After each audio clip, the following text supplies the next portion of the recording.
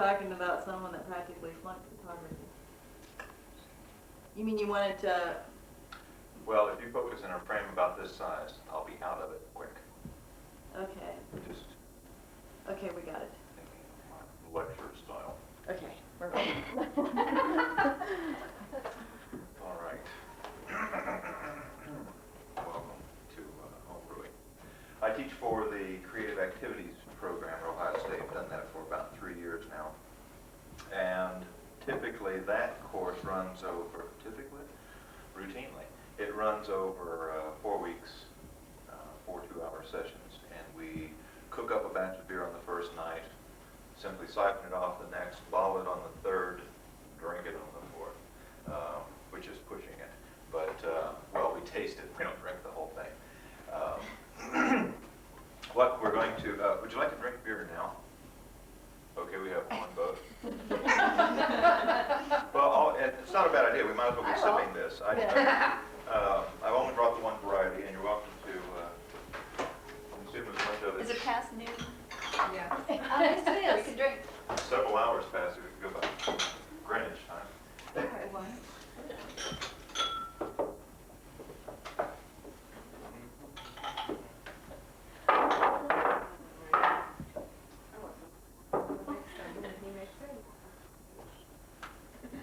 And the homebrew class, He gets a big glass.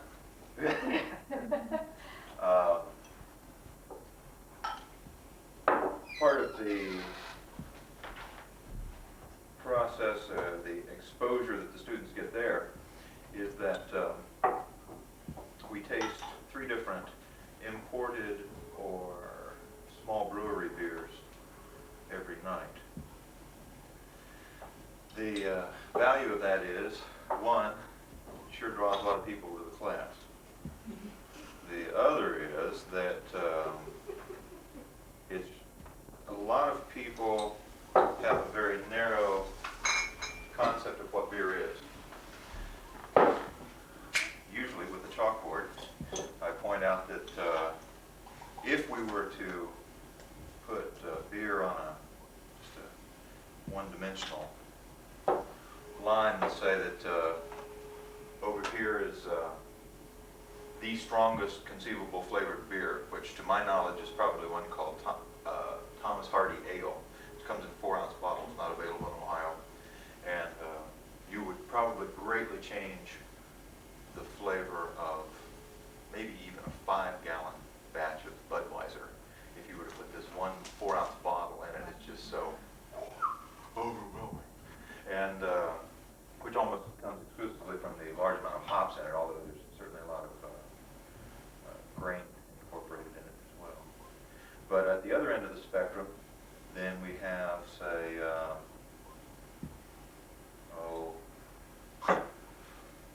something ultra light,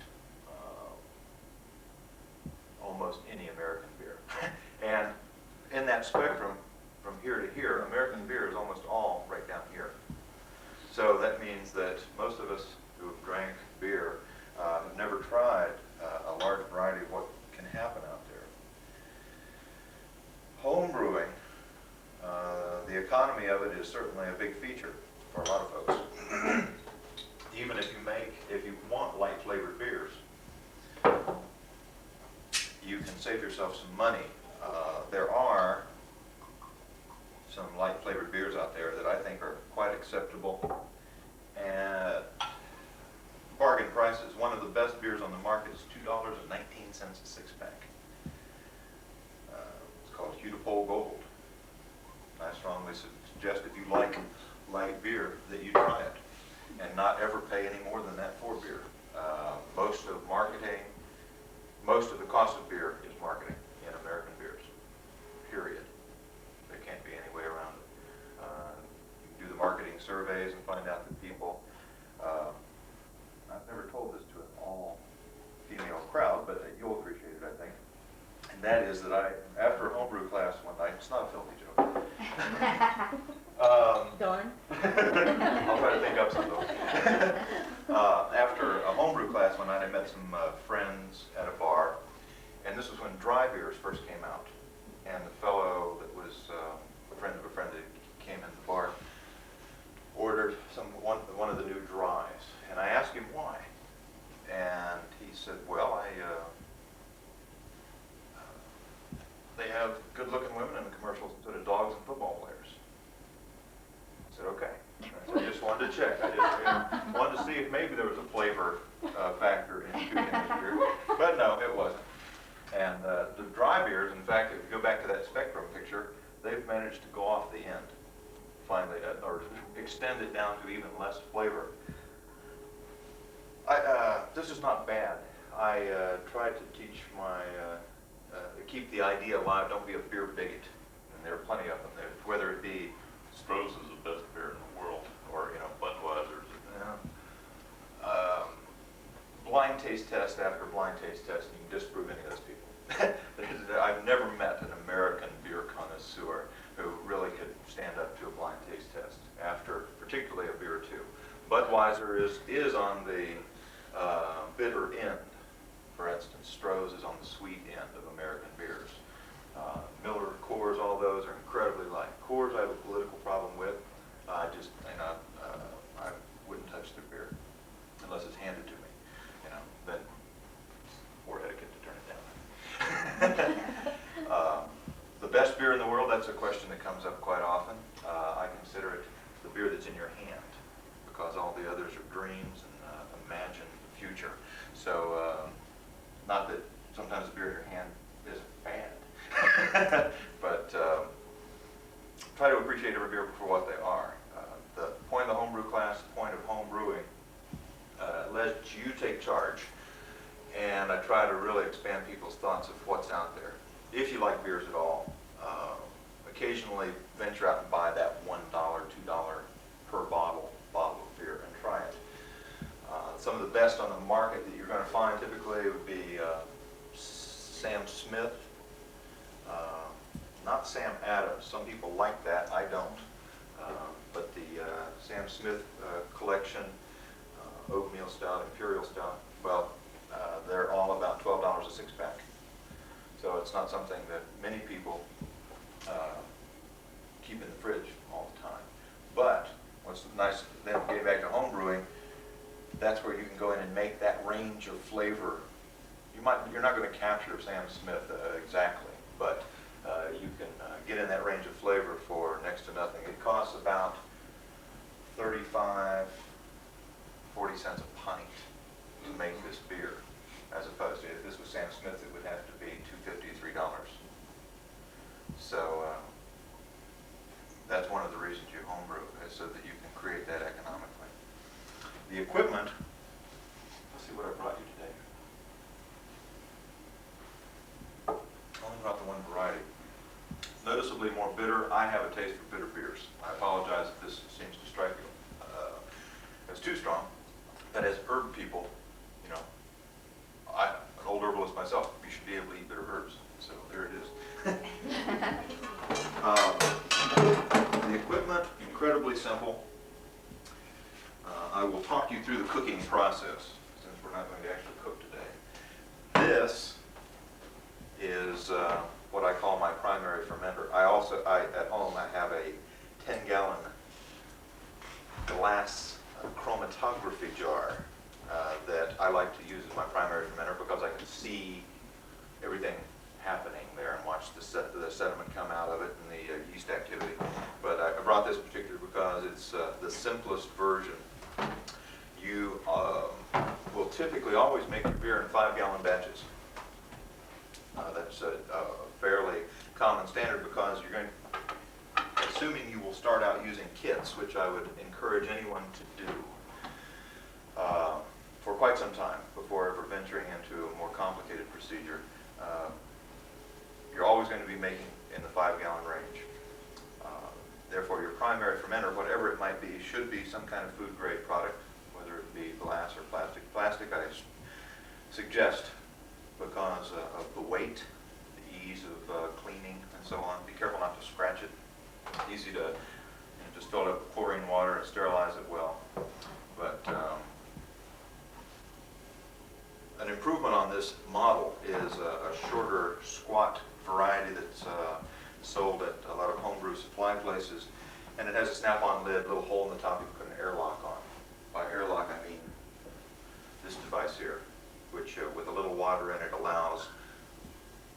outside to escape from fermentation, but won't let any air come back in.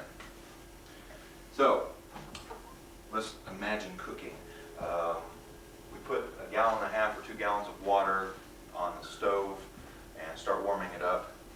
The kit is a can of syrup. When a can says kit on it, it usually also means that the hops are already built in.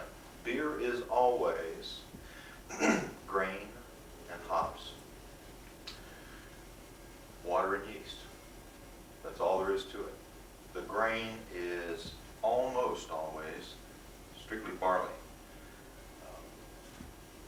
One of the few exceptions in good quality beer is the German wheat beers, which use wheat from 25 to 50%, along with the barley. But the very simplest thing that you can do to make a homemade beer is to go to the winemaker shop, my home base on High Street, or wherever you find a homebrew kit, wherever that would be. Buy this kit, pour the syrup into the warm water, get it dissolved well, and then bring that water up to a boil. In the very simplest process, you're going to boil it just for 10 or 15 minutes. You then take that solution that's called wort, W-O-R-T, pour it into your primary fermenter and bring it up to the 5-gallon mark then with whatever water you choose. Tap water is quite acceptable. If you would prefer to use something else, of course, you're welcome to do that. Depends on what you want to invest time and money-wise. A recent little bit of research on my part is that there's not that much difference between commercially available drinking water and Columbus City tap water, amazingly enough, except in the chlorine, and chlorine blows off pretty quickly in an open container. So it's really not going to make that much of a difference in your beer. One of the few cases where people fool around with the mineral levels of waters is when they're trying to approach truer styles. They're trying to duplicate, for instance, English style beer is always made in harder water. You can buy a mineral pack that quadruples the mineral content in your water. It's going to make a harder water, therefore truer to the English style beer. I don't know that I could ever taste the difference. I don't feel as though my taste buds are so finely tuned that I care to do that. The original Pilsner beer, a name you may have heard now and then, the original Pilsner is from Pils, Czechoslovakia. That is made with a soft water. So if, for instance, you were going for that light beer, conceivably there would be some subtle effect if you chose to use soft water versus a hard water in that case. But I choose water based on, first of all, convenience, and which brings up the point that I consider myself a minimalist home brewer. You can get into gadgetry. There's a number of things you can do that make the process, from my point of view, more complicated. Although most gadget people do it with an idea of improving their product, certainly. What I've carried in here today, I feel, is all I need to make a decent batch of homebrew. Anything beyond that, it just doesn't appeal to me. But people do it. People have fancy equipment and siphoning devices, and if you get into making all-grain beer, you have to have a wort chiller, little things like that. I'll talk about that in a little bit. Anyhow, so you boiled your wort for a few minutes. You put it in here, topped it off with 5 gallons, which you'll have to determine ahead of time. You always will, that's my little 5-gallon arrow right there. Whatever container you choose has to have some space, because the foam during active fermentation can sometimes go up to about 3 inches. So you need airspace above that, so it doesn't climb. How large is this container? This How many is like gallons almost 8, but typically a 7-gallon container will work just fine. Those snap top varieties that I mentioned are wonderful, and they're about 7. So you need to remember that. It stays in the primary fermenter from like 3 to 5 days. It is temperature dependent. In the summertime, that foam will work. Let's say if you cook at night, the next morning there's a big foam. If it's summer, even if it's in your basement, and the basement's 72 degrees versus wintertime 65. That could speed up the fermentation so much that the fermentation the main foam will break down within a day. That is what I use as the primary guideline for when to siphon then into the carboy. The other primary fermenter that I referred to with a snap-on lid is often sold in kits as the only fermenter you need. The people that do that have a point. You can just go from the primary fermenter into something else where you dissolve your bottling sugar, which I'll define for you in a minute, and then you put it right in the bottle. You never mess with one of these. The problem with that is that the carbon dioxide that's developed in the beer is what protects it from airborne bacteria. There's literally a layer of carbon dioxide that sits on here. When a beer is actively fermenting, you cannot put a lit match down. It's like a test. You should always have this covered, by the way, either with a plastic bag or if you have a big pot lid or something like that to put on top of it. That's always a good idea. About what temperature should you keep that at? You said it was temperature dependent? Well, the nature of home brewing is that you do what you can. The cooler, the better, but not in the refrigerator. You know, if you have a cellar, by all means, work with that. If you don't, and you want to keep everything in the kitchen, just try not to make it a hot kitchen. There is the general trend that the slower it ferments, the better it is for the beer. So do you bake beer mostly at a particular time of the year all year long? There is a trend. I feel as though I make it pretty steadily throughout the year, but there is something about winter time. It's cozier to have the stove on and the boiling gallons and gallons of water. It's just cozier in the winter. So I see that that's my inclination as well. And the homebrew business just about is dead in the summertime from having worked at the homebrew shop. I know that. So a lot of people just don't want to cook in the summer. So is the homebrew shop in Columbus? Yes. That's where they sell all this stuff? Right. Okay. Did you tell where it was? No, I haven't. Oh, okay. But it's on North High Street, 3377 North High, just south of North Broadway. You can take 315 all the way to North Broadway, get off at a High Street, turn right, park almost immediately. But the single stage versus two stage fermentation. The carbon dioxide protects the beer. Picture back Prohibition days. Somebody's making beer in a huge vat or a bathtub or something of that sort.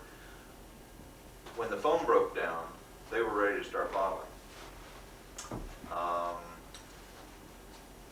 They knew that indicated that the fermentation was nearly done, but it wasn't quite done. If they left it sit without the foam very long, there's a good chance it would go sour. It would pick up some airborne bacteria that would take off and ruin the beer. The thing that was observed there is surface area is a factor. If we just let this foam break down and we give it another couple of days, let's say, okay, we're going to give it 5 days of fermentation, then we're going to siphon off the bottle, there's a good chance that you won't be able to have a successful batch that way. But you can greatly improve your odds of success by siphoning it into this container and bringing it up into the neck, where you only need that tiny little bit of carbon dioxide to protect like 1.5 square inches here versus the surface area of this vat. The result there is that it can stay in this, where I would be concerned about a beer staying in this, even covered, for more than 10 days. I would think, we were really pushing it. It can stay in here for 2 weeks, 3 weeks, 3 months. There are stories of beers 6 months and a year old in a carboy that remain safe, because that last little bit of carbon dioxide was all it needed. It became an air-free chamber in here. And the only thing you'd have to watch is you get them. I'm certainly not encouraging you to ever intend to leave one in here 6 months. But if something happens, we all procrastinate now and then. Does it have to be glass, or can you use a plastic cardboard? People have used some of the plastic ones, and there's some success there. Generally, I shy away from them because, one, I have so many of these. These are easier to clean. If you were to scratch a plastic container, there's a chance of picking up a bacteria in there that you might not get out. Plastic, interestingly, is air permeable, although it holds water. It is air permeable. Wines have been ruined in plastic carboys. Beer doesn't stay in there so long that it would probably make a difference. So you could get by with a plastic carboy, but I'm a little edgy about them. If you have that, use that for a while, and keep an eye out for these at yard sales.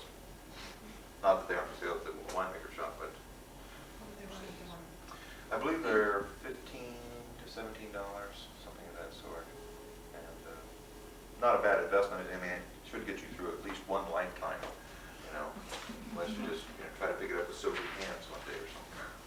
But anyhow, the whole point of the two-stage process is that by getting it into this better controlled chamber, it allows the beer far more time to fully ferment. In the primary, 95% or more of the fermentation is done in that 3 to 5 day period. But and you can work with that. But if you put it in here, then the fermentation is very much done, and it settles nicely. So then, when it comes time after, say, 5 to 7 days in here to bottle, you siphon back into your primary fermenter, again leaving behind the sediment. Each time you siphon, set your container up on an angle so that you create a little valley between the side and the sediment, and leave as much sediment behind as you can. You're always going to have some sediment in these bottles. That's just the way it goes, pretty much. But there's nothing wrong with that. And if you're going for the aesthetics, you pour it off the top. You don't try not to disturb that little bit of sediment in the bottom. Swirl it around and drink it. It's where all the B vitamins are. You won't notice the taste. If you're drinking out of dark mugs or something, then you don't have to worry about it. Just pour it in. But anyhow. So does it get better the longer it sits in there, or not? Not necessarily, no. All it's doing at this point is fermenting and settling. And like I say, that's going to be essentially done coming out of the primary. So after we've gone 3 to 5 days in the primary, 5 to 7 days in the secondary, then it comes time to bottle. Set up your siphoning again. We'll say that cotton hot dog here. We'll say that we're siphoning. This is what I call a racking tube. When you're siphoning the first 2 times, there's a little trap that goes on the end here that just keeps it up out of the sediment. I didn't bring that. This goes down in here. You get your siphon started. You can either fill the thing with water if you want to try to be ever so sterile about it, or you can do what I do and just suck the fluid right through it. And drop it in the bucket. You will add a half to 3/4 of a cup of sugar to the beer at this time, and that will be enough to create carbonation in the whole 5-gallon batch. That sugar can be anything that you choose. If you're going to use honey, use slightly more. I don't know of anybody that's ever used maple syrup for it, but it's only a half a cup, and that will give you the carbonation you need. People quite often will boil that sugar with a cup of water, something like that, and then let it cool back down, or and put it in the bottom. If you just simply lay the hose in at an angle in a round container and create a gentle swirl, then it better assures that the sugar will be stirred in. You read in the old homebrew books, sometimes you'll find reference to putting the sugar in each each bottle individually. Pain in the butt. Just make sure it's stirred well. At the time you go into the primary fermenter, that is also is where you put in your yeast, which will come with a kit. This is not baker's yeast. This is not Red Star. We're going to make bread yeast. This is genuine beer yeast. And what comes in the kit will be quite adequate for your first few batches. And I'd suggest you simply go with that. Be mindful of the fact that you need to be below 90 degrees before that yeast goes in. That's one of the reasons you don't want to boil too awful much water. Brewers will say, ideally, you should boil all the water that you use. That's an ideal. Not necessarily practical for a home brewer unless you also then have a means by which to chill 5 gallons of fluid. A recent case of listening to 2 teachers in one time and getting confused. I told somebody in my last homebrew class, you boil 1.5 gallons, 2 gallons of water at the most, then you top that off with tap water. It brings it down to just about the 90 degrees you need, so you're ready to throw your yeast in pretty soon. He goes down and sees Scott Francis, the winemaker shop, and Scott does run Columbus Brewing Company, and he's doing big time brewing. Scott also forgets sometimes that he's kind of pulling information from 2 different fields. And he says to this guy, oh, you should boil the whole 5 gallons. So Vic, oh yeah, he's a brewer, I believe that. So he goes home and he boils all 5 gallons, and then he sets it in his primary fermenter, takes the temperatures. 210. Okay, well, I'll go watch a TV show. Comes back, 195. Watch another TV show. 6 hours later, the beer came down to 90 degrees. So, again, it's just, yes, there are plenty of ideals. This goes back to, you can get into gadgets and gizmos. There are plenty of ideals that will improve your odds. What I'm offering is my minimalist concept of how to make some beer, pretty quick and simple, and have it come out okay. So,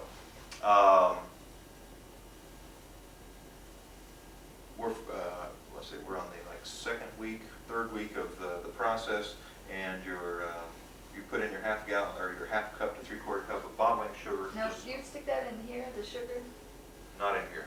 in there? I put it down in there, and then let this beer siphon into it, Okay. and But this is regular sugar, right? just right, yeah, anything will do. I tend to use corn sugar, which dissolves quicker and cleaner. You would probably, I don't think, notice the flavor difference. Corn sugar is commonly sold at homebrew shops because a lot of people put sugar in with the extract syrup, which I advise against emphatically. Its only purpose in the recipes, and you'll see it on the labels of kits. If you buy these kits, they'll say put in 2.5 pounds or 3 or 4 pounds of sugar in with that. The only purpose that serves is to increase the alcohol level. If alcohol is what you need, buy a decent whiskey. Don't screw up the beer. You can't not hurt the beer, as far as I'm concerned, by putting in sugar. Alcohol is its only purpose. And you will get if you use, for instance, a 4-pound can kit, you're going to hit 2.5 to 3.25, I'm betting, in the alcohol level, just that way. And I think that's more than enough. I don't see any value in going beyond that. If you want to make a fuller body beer, if you want to use 2 cans of extract versus 1, you will double the alcohol content, but you're also doubling the body of the beer and all everything in balance.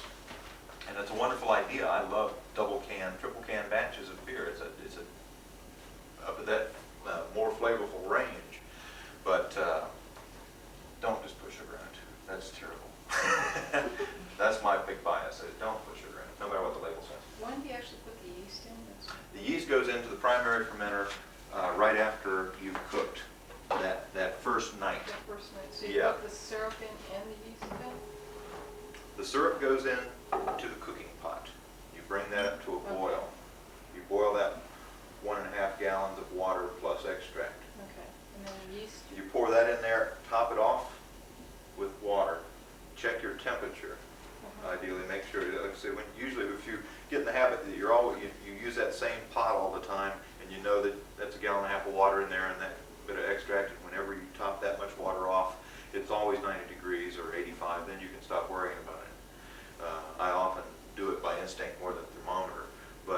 until you're used to that, don't, you risk your beer. If you throw it in a few degrees too high, you've killed your yeast. You get up the next morning, nothing's happening, and your beer is at risk, primarily between the time the boiling stops and the time that the fermentation is really active and that foam's working up. So that's when the beer needs to be most protected. So you want to be sure that that fermentation gets going well. And it has to be 90 degrees or below. Or below, sure. Yeah, if you can get it down to 75, 80, that's fine. But certainly below 90 for all the yeasts that I'm aware of. So you siphon it back into here then with the bottling sugar. You have your bottles cleaned, ready to go, and then you take this siphon hose and get it back in here, put the cotton hot dog once again, or 2x4, under there, and make yourself comfortable, put on some good music, pour yourself a homebrew, or whatever you happen to have on hand, and start filling bottles. Get your siphon started. This simple little latch here shuts it off real handy, real quick and easy, and you're bottling up beer. If you don't have, and you most likely will not soon, have these spring top bottles,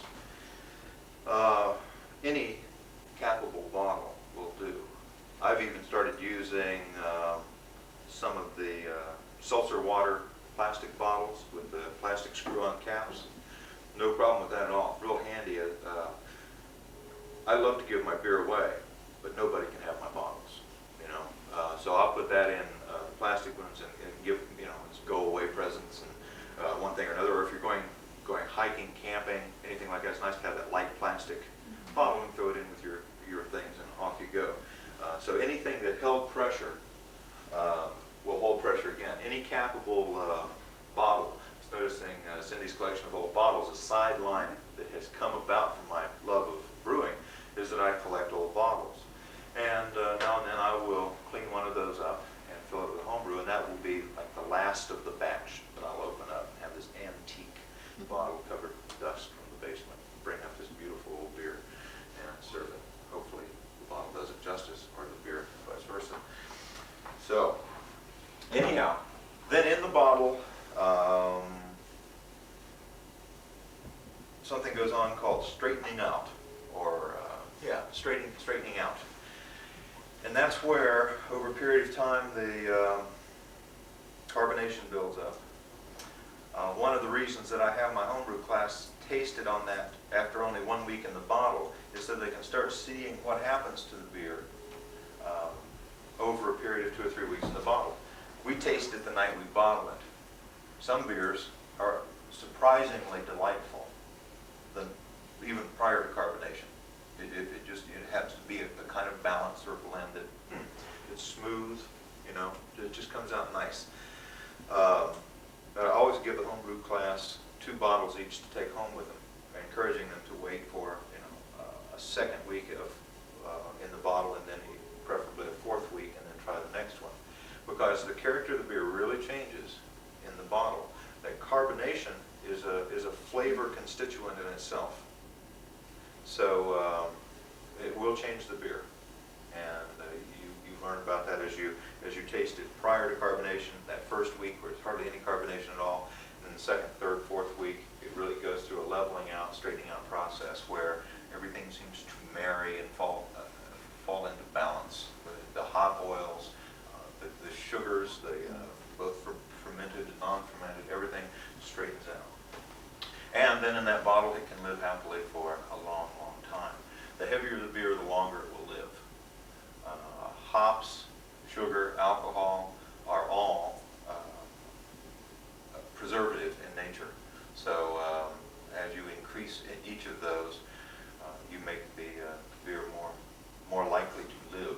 I have drank beers out of my basement up to 4 years old that were fine. Sometimes I've drank them at 3, and I wish I'd have drank them at 1. Sometimes they go over the hill, but they won't go bad.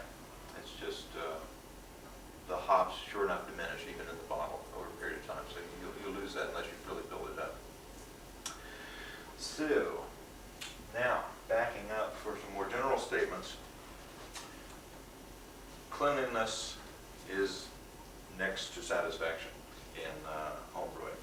Anything beer touches must be very, very clean, sterilized, chlorine bleach sort of thing. Make sure. When you use chlorine bleach, of course, you've got to rinse very thoroughly. The chlorine is sometimes a little hard to get off, but just make sure that you get that done. Can you just use boiling water? Yeah, you can. A little, yeah, you can. If you don't wanna mess with them. Yeah, if you don't want to mess with chlorine. A good chlorine soaking seems awfully appealing for things, particularly new things that come into your collection, bottles and so on. Real hassle to boil bottles. But you know, this is going to be something you decide for yourself. But where, well, if you're going to err on the side of caution. I have gotten too casual sometimes, and I'll occasionally have that odd bottle, you know, back in my early days where I thought, yeah, I can get by and do this real fast. I shouldn't have. But I've never lost an entire batch that way, not from that type of carelessness. But I have a friend, for instance, that he feels obligated to soak every bottle in chlorine overnight.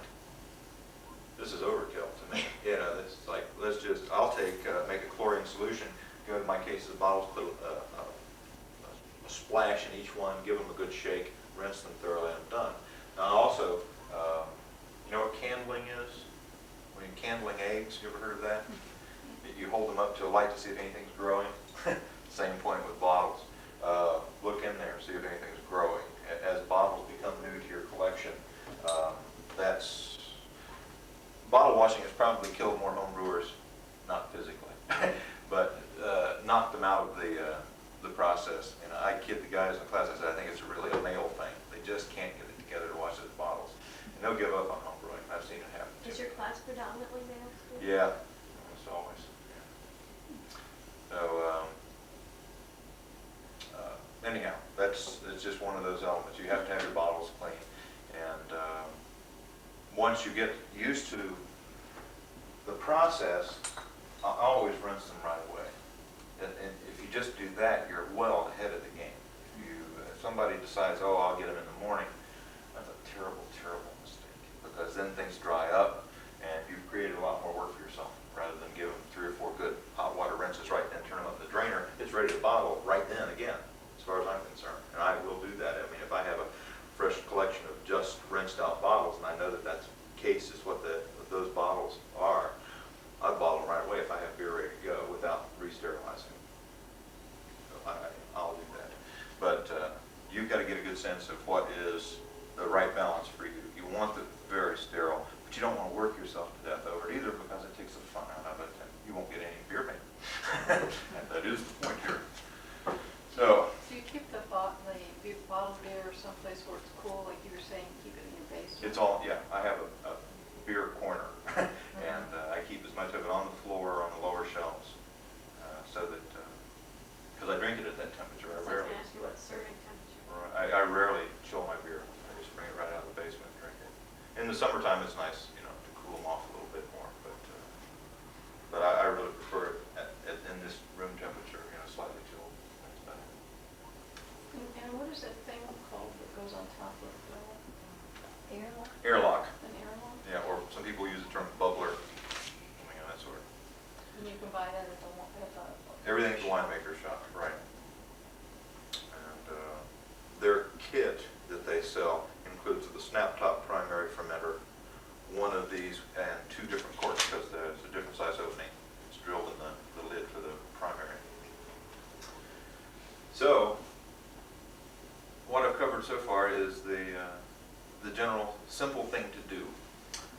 And that's just you're dissolving a kit in water. You're bringing it up to 5 gallons. You're throwing in yeast. You're siphoning it from the primary to the secondary, from the secondary back in there for bottling. Then you're siphoning again into the bottles. If you don't, the regular cappable bottles you can rent or buy a capper. You can buy the caps, new caps, put them on there and press it on. So there's always a way to get it into a bottle so it can be under pressure. You could fill that Sprite bottle right there full, you know, and that'd be handy. But you need to judge how you're going to drink your beer.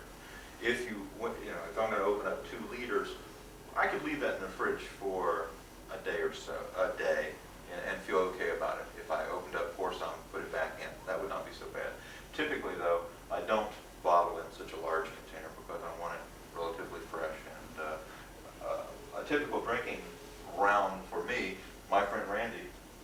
brewing buddy comes over, and we open up one bottle, split it, and then go and get another variety, open it up, split it, that sort of thing. Just because a big part of homebrewing for us is the variety that we can have. I have 15 varieties of beer in my basement, so it's sort of like, come on, carry on, I like that. And I can go from, I'm going to have something just light and thirst quenching right now, now I'm going to go to this rich, dark, black, heavy, hoppy stout, and then I'm going to shake that off and go and have something a little sweeter. And I like that contrast back and forth, so Yeah. that's typical. You just adjust it according to the ingredients you put in? Exactly. Now that's the next thing. Recipe formation. I'll open this for you and you just pass it around. This is the same beer. I'm sorry I didn't bring variety. But if you did nothing but work with kids, that would keep you busy for a long time. Because just going from brand to brand, following my simple guidelines, not the directions on the label, because they're all going to tell you to put sugar in. Other than that, they're essentially correct. Some will not tell you to boil. I don't consider that a good idea. I think you're going to have to be dissolving in warm water anyhow. Go ahead, bring it up to a boil. A better chance of sterilizing the contents, even though it did just come out of a sealed can. And it just seems to be a good practice. Just working with the kids, there's probably 15 or 20 different beers that you'll make just with kids. A big part of the fun of homebrewing is learning to take control of the ingredients. Now you have extract in a can, but you also have the dried extract. The dried extract, let's say, let's pretend for a moment we only have one canned extract kit. And you try that, and you think, okay, that's not bad. I wonder what it would be like if we put in 2 cans. Put it in and say, that's not bad either. A little heavier than I can drink a whole lot of. Be nice to strike a balance. Then that's where the dry malt comes in. Because it comes in 3-pound cans, and it's called spray malt. They literally take this stuff, force it through an injector, and it dehydrates it and turns it into a powder. With one of these bags in hand, you can take out then some portion. I feel it takes at least a pound to make a noticeable difference. So I use a pound to a pound and a half of dry malt quite often with that can. You put it in right with the boil. And what you're doing is you're raising the body and the flavor of the beer. The extract is the hops. The extract is the syrup. The dried extract is a dehydrated syrup. The hops are flowers that at the brewery, and the people that make the kits, they work the hops in there, whether they bought an extract and put it in a hop extract itself. But when I say extract, I'm talking about the barley extract itself. Oh, okay. So, if you want to just raise the body and the viscosity of the beer, you can add a pound, pound and a half of this dry malt, and that will do that. And of course, you're also going to raise the sweetness of that beer at the same time. And something that you look for in beer, like you would any other food, sometimes is that balance of the ingredients. That is finally too much garlic, that sort of thing. Well, why put a green bean in it at all? We could have had that experience. Fortunately, we did not. Beers quite often will have a balance that may not please you. Home brewers can adjust. Let's say we had batch number 1 was the straight kit, no variation. The next time we make a batch of beer, we put in a pound and a half of dry malt. We do everything the same, but we put in a pound and a half of dry malt.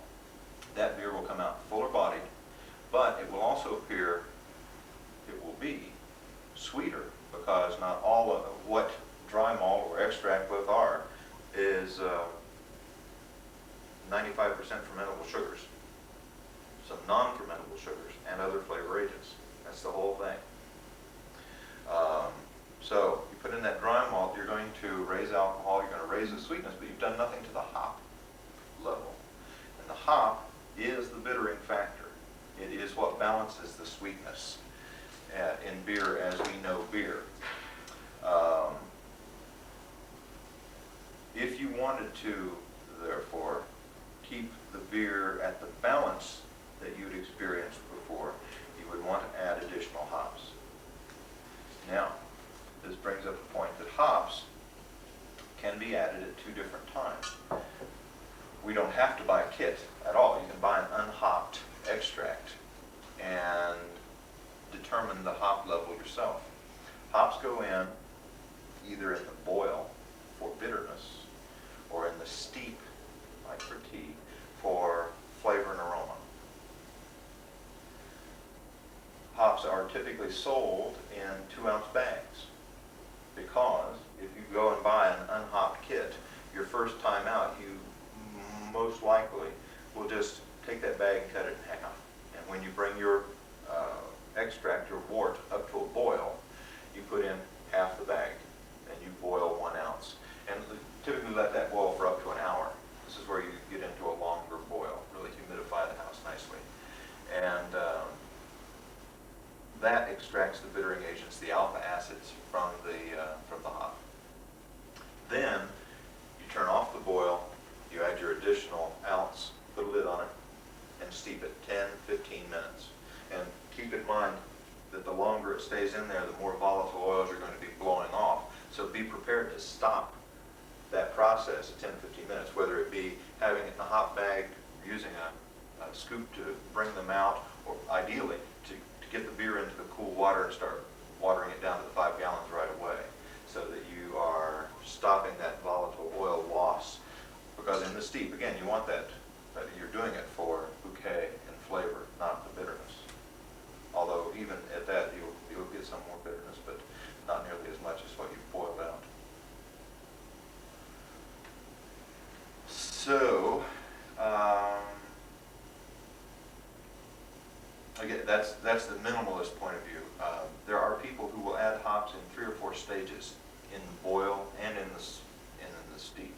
This is something to play with. I tend not to feel that my palate is so sensitive that I know the difference between a 5 and 10 minute steep. So, that's something you need to play with for yourself. As time goes on, you'll learn to adjust those hop amounts. The different hops have different alpha acid levels.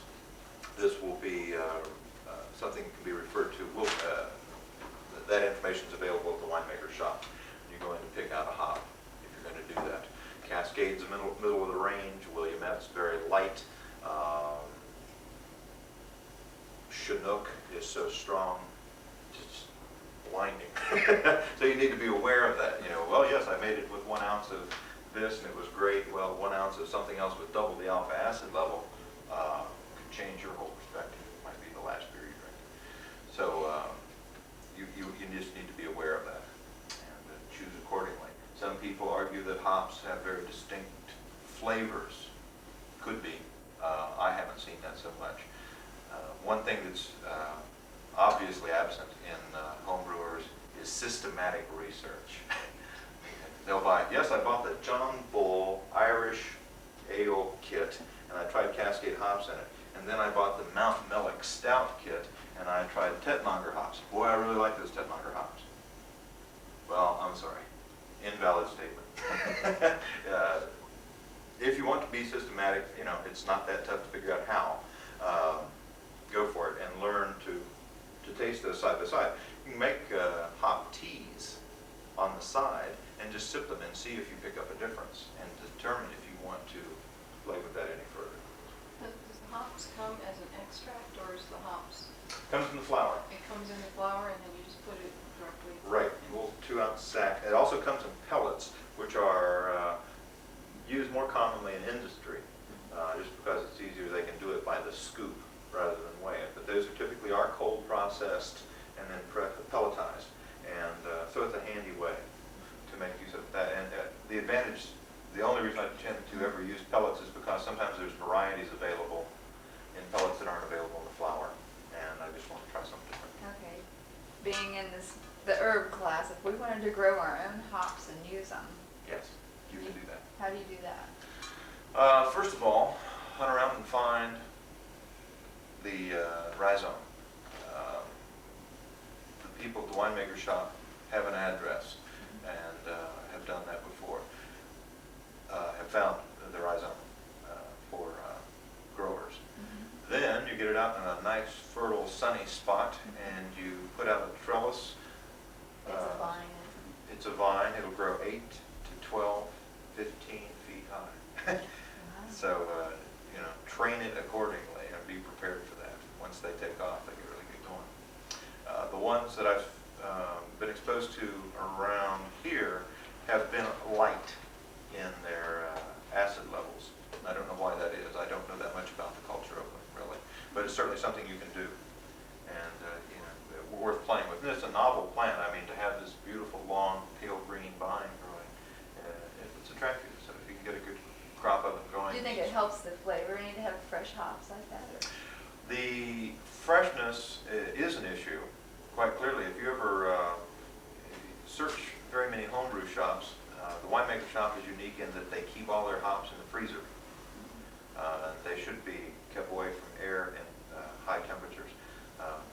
Most places don't do that, and quite often if you pick up a bag of hops, the pollen will settle out, and when it's yellow, it's still good and fresh, but when they turn orange, they've oxidized, they're going over the hill. So be aware of that. So if you grew your own, would you have to dry it before you used it? Yeah. Well, unless you just put them straight in the freezer, I don't think it'd be a problem.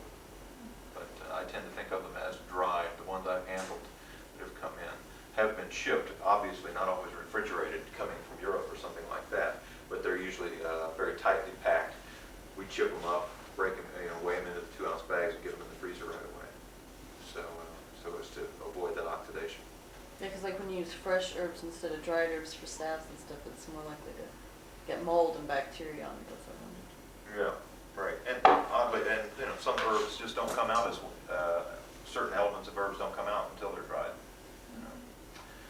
Now, when you're talking about the different kind of hops, it's because it's a different variety of the plant that you have the different kinds of flavors. I mean, we're talking about hops from different places or different brands, Yeah. and it's just because it's like a different variety of hops, I assume. Right, different cultivar. Yeah, there is the Tetnanger is absolutely there's coral burst crab apple and there's snow mound crab apple. Well, there's Tetnanger, yeah, and different characters.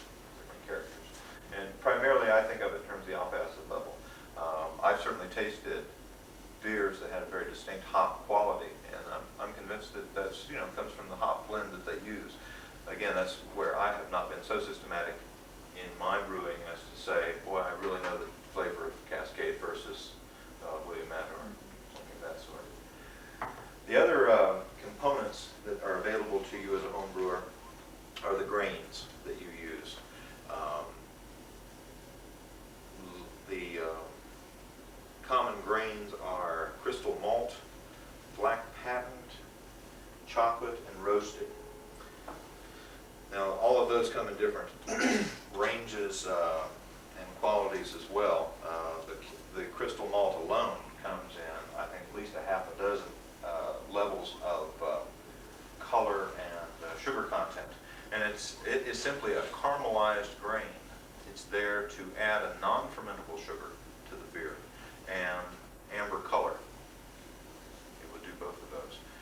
Where roasted adds just that, a roast-like flavor to the beer. Chocolate is a coloring grain, not so much a flavor grain. And black patent is sort of a blend of both chocolate and roasted together. It darkens the beer considerably and adds a roasted quality. So you can divide those or blend them as you wish. All paints on the brewer's palate to be blended as you wish. And again, those should always be added at the steeping stage, never at the boiling stage. The boiling breaks the grain down too much and can create a cloudiness that you might never get rid of in your beer. But when you have a kit and there's a syrup, do you add that at the boiling time? The only thing you ever boil is the extract syrup, dry or syrup, and the boiling hops. Okay, so what's in that extract syrup? That's not the grain? That is the grain extract. It's been manufactured for you.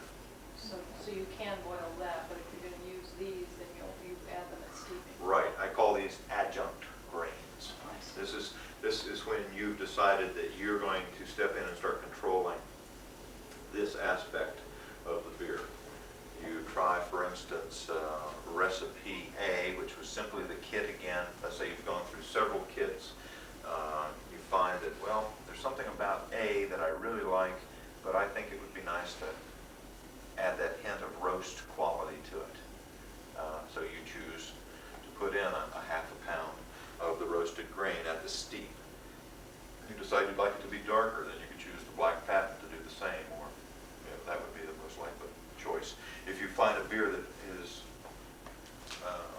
for instance, something that you like but it's a bit too hoppy for you, you could choose to add a half a pound of crystal malt, because that non-fermentable sugar will add to the body and the sweetness of the beer, and it will counteract that hop.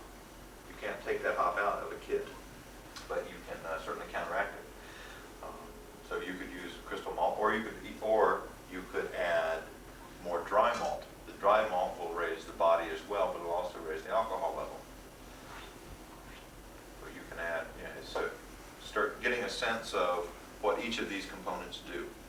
Do you want to raise the alcohol level and the body? Then use dry malt. If you don't want to raise the alcohol level, you just want to add to the body, then use crystal malt. Always about a half a pound is sort of a minimal amount to have an impact on a 5-gallon batch. Let's see, what else? Talk about water choice. Yeast. Use what's in the kit for the most part. I did read legitimately of a study that showed that Edme dry yeast, and Edme is a large manufacturer of homebrew extracts and supplies. Edme dry yeast tends to be a little cleaner, purer than some other dry ones out there on the market.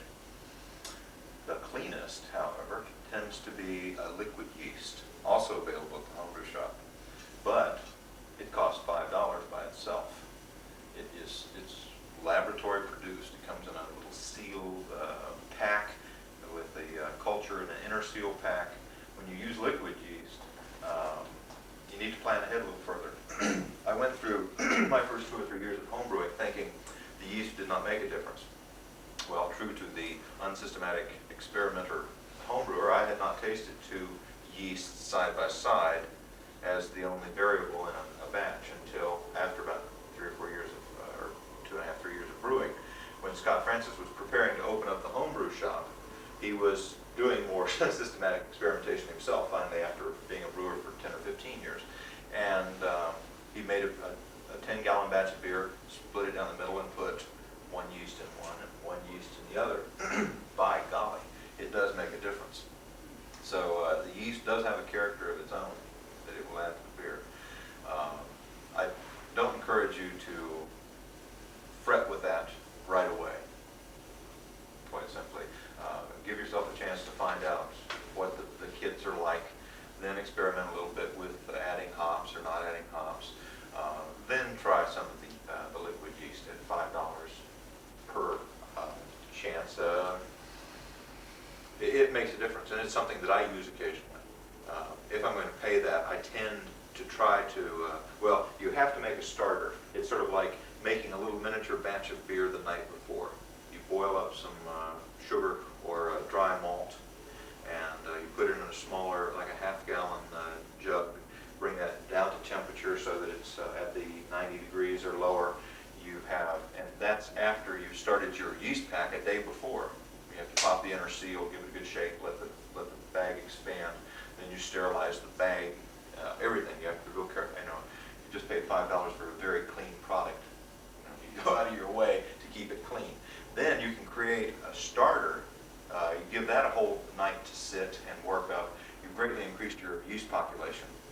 So then you can divide that in half or 4 parts and do several batches. It would actually store in the refrigerator for a few days and that sort of thing, so that you can do more than one batch. And when you come out of the primary fermenter as well, if you are prepared to do so, you can sterilize a container, get that yeast sediment out of the bottom of out of that first, after that first fermentation. You can take that sediment, put it in a sterilized container, and store it for a couple of days and use it to start the next batch. Now, if you're doing that with dry yeast, it's only a few cents, so it doesn't make that much difference. If you are, however, investing into liquid yeast, then it's not such a bad idea to save that. Or brew the same day that you're going to siphon off, and just as soon as you siphon into the secondary, take that scoop and pour it into your next batch of beer. You know, and that's a great way, because then you have 1,000 times the yeast population, so you're going to throw it in there and get that next batch of beer started right away. So it's something you can do. The only other aspect of brewing then is if you start from grain. You buy, somewhere out there undoubtedly there's a home brewer who grew his own grain, sprouted it himself, and created what is called the malt, which is simply a grain that has come up to a certain level of sprouting. They stop the process and they dry it. That is what you can buy. It doesn't look like a sprouted grain when you buy it, but you can take that, grind it, hold it at 150 degrees for an hour to 2 hours, and then rinse that grain off, all the sugar that you've created a carbohydrate conversion in doing that. And then you rinse that grain off and rinse it to the point that it's you taste it and the sugar's gone off the grain, and you'll be almost at 5 gallons of fluid then, because you have to use at least 7 pounds of grain to make a batch of beer. And by the time you rinse that, then you do have, like say, 4 or 5 gallons of water, and it all must be boiled, because you have live enzymes that must be killed. This is where you've got to have a chilling process in mind. If it's winter time, hopefully it's 0 degrees out, you know, and you can take this out in a big steel container and sit it down in the snow, pile of snow on it, let it chill out that way, or something like that. Either that, or you have to use a copper tube, a submersible copper tube coil or something, and run cold water through it, so that you can get that down to yeast pitching temperature fairly soon. So, I'd say I've just about talked you to death. And, Can you tell us about root beers? root beer, buy the extract, follow directions. Yeah, that's about it. Is it kind of the same, I mean, do you have to get the same equipment and stuff, or you don't really need? No, to not at all. for root beer? That's what causes the carbonation in root beer is the fermentation itself. It's not, you don't ferment and then come back, because you don't want to produce alcohol, typically, in root beer. And given So like these- ginger ale and stuff like that, you do the same way? Yeah. Okay. Now, that is a good lead into then experimentation in general. I strongly encourage you to adhere to Gary's minimalist beer philosophy. Keep life simple for yourself. Don't buy a whole lot of hardware right away. Just get started, taste it, and say, okay, we've done pretty well. But anything you can imagine that might blend with a beer flavor can work with this. Ground ivy. You've looked at any ground ivy lately? Used to be. It seems to grow everywhere. Yeah, lots of ground there. It used to be used as a hop substitute in beer. One of the first home brewers I met made a beer with thyme and rosemary in it.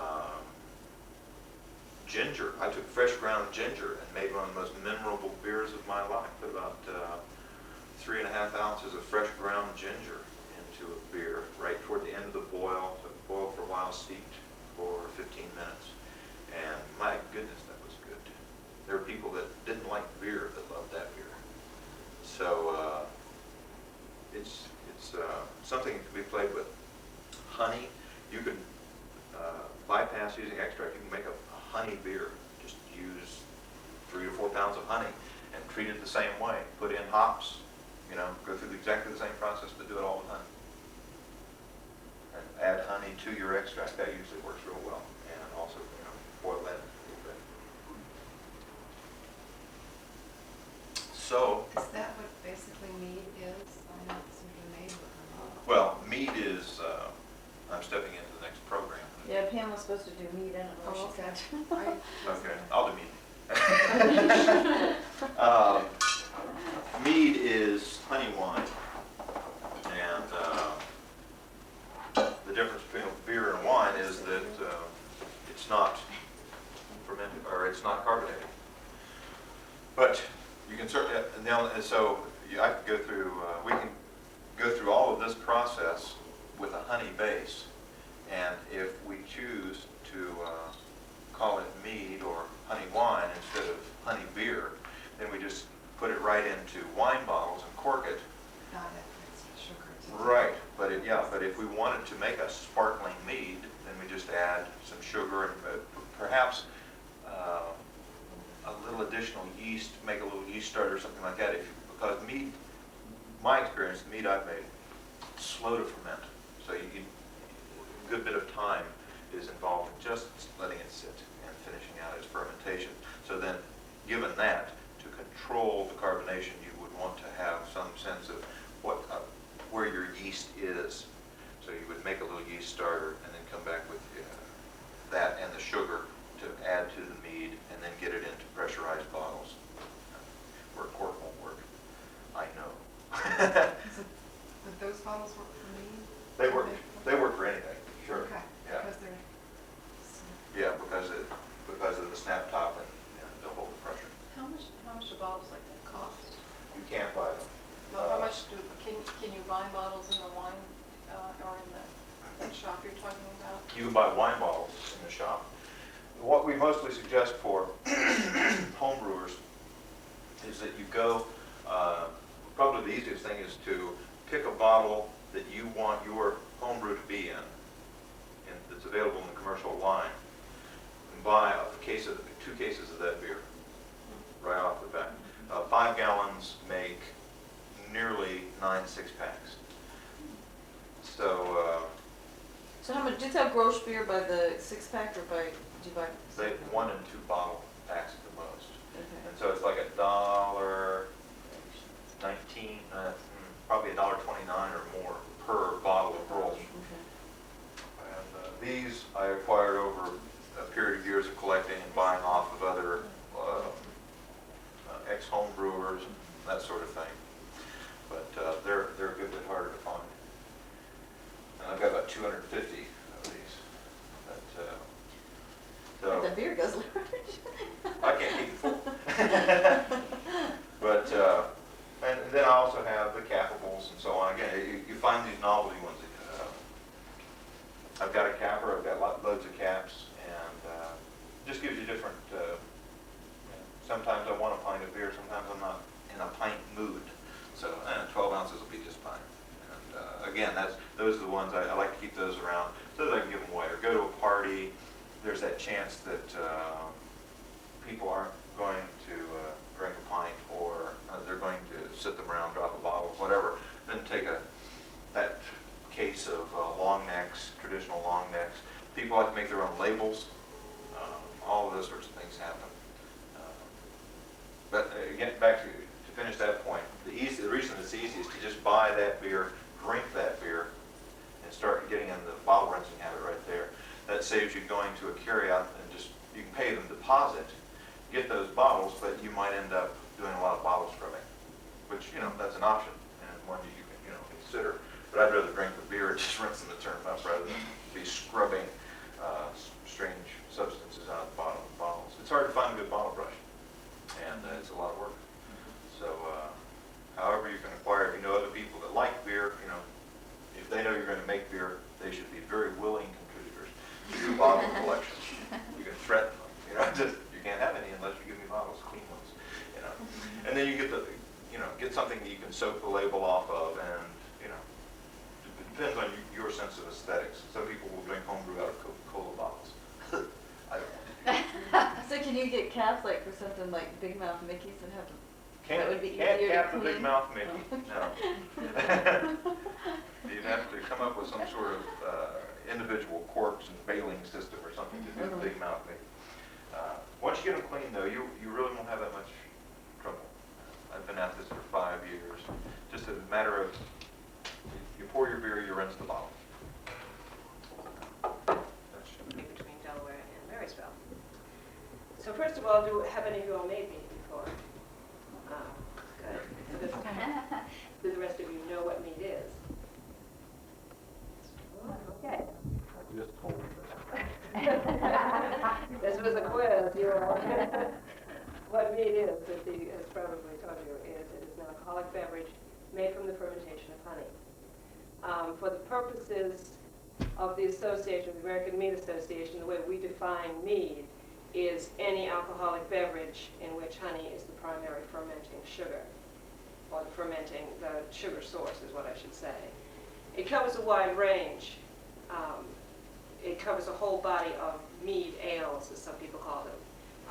And then it covers a whole body of honey and fruit mixtures or honey and herbal mixtures, and they all have separate names. But in terms of, when I speak of mead, I mean the whole spectrum of them.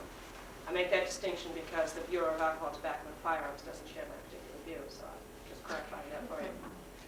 Okay, I want to tell you how I got into mead, to give you a grounding in what this whole thing is about, and that is I am a beekeeper. I have a couple of hives. I went to school at ATI and had this big notion of being self-sufficient, living in the country, having a little business. I'm sure many of you have similar inclinations, and I got into beekeeping, just loved it, and discovered that nobody was making a living beekeeping. Everybody was either selling equipment or working for a university or something. So I decided that I was really disappointed because I really enjoyed it, and so I talked to my professor, Dr. James Tu, who's the National Extension Apiculturist, and he said, okay, you want to be in beekeeping, and simply you find yourself a market. Good. So then we looked at all these different hive products, bees, wax, propolis, various other things. And the only thing that looked to me that had a broad-based popular appeal would be the production of mead, because it's a wine, because it seemed to be that the American culture was going towards wine consumption down from heavy alcohol consumption, and so on and so forth. So I hooked up with Dr. James Galander, who was the state enologist, who was next door at Ohio Research and Development Center, and he had been doing some work on mead and hooked me up with other research, sent me to a couple of wineries where they made mead, and I decided that was really the way to go. Of course, I didn't have any money at that point, so what I did instead, after a couple of years, is I started the American Mead Association, which has become a clearinghouse of information, mostly home winemakers, but a couple of small meaderies and various other things. So that's just to give you an idea. The importance of bees can't be sort of undermined in all this. Bees are, the primary importance of them is pollination and agriculture, and they're worth about $20 billion to our American agriculture, so we really need things that stimulate an interest in products of the hive. So I'm still, the baseline of all this is I strongly push domestic honey. Okay, the whole thing about mead. Mead has been around probably since the beginning of time. Long before we had agriculture, long before we were farmers, we were hunters and gatherers. And at that point in time, honey was probably the only sugar around, you know, and our ancient ancestors probably watched things like the bears and discovered they went in and basically took the hive down and licked their paws and had the honey. And so, you know, that's probably how men got into doing it.